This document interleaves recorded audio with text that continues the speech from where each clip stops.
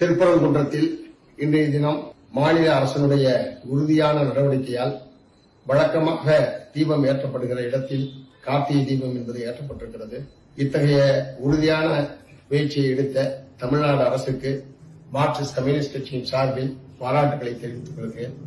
இத்தகைய நிலையில் மதுரை உயர்நீதிமன்ற நீதிபதி ஜி.ஆர். சுவாமிநாதன் அவர்கள் அவர் குறிப்பிட்ட புதிதாக தீபம் ஏற்றப்பட வேண்டும் என்று உத்தரவிட்ட இடத்தில் தீபத்தை ஏற்ற வேண்டும் என்று அதற்கு பாதுகாப்பாக உயர்நீதிமன்ற காவல் பணியில் இருக்கக்கூடிய மத்திய பாதுகாப்பு படையை பயன்படுத்த வேண்டும் என்று உத்தரவிட்டிருப்பது என்பது வன்மையான கண்டனத்துக்குரியது.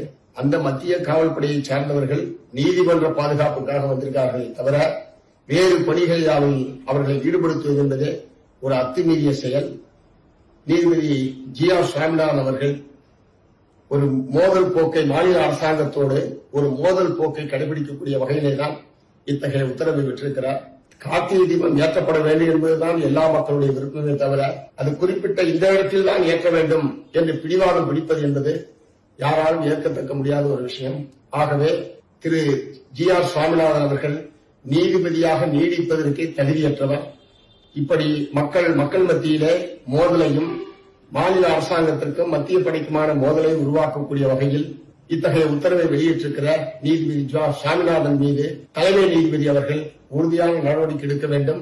நீதிபதி ஜி.ஆர். சுவாமிநாதன் அவர்கள் உத்தரவை உடனடியாக தடை விதிக்க வேண்டும். திருப்பரங்குன்றம் அமைதியாக இருப்பதற்கும் வழக்கமான முறையில் மக்களுடைய இயல்பு வாழ்க்கை பாதிக்காமல் இருப்பதற்குரிய முறையில் நீதித்துறை தலைமை நீதிபதி அவர்கள் உடனடியாக இதில் தலையிட வேண்டும். இந்த நீதிபதியினுடைய இத்தகைய அத்துமீறலுக்கு எதிராக தமிழ்நாடு அரசாங்கம் உறுதியான நிலைப்பாட்டை எடுக்க வேண்டும்.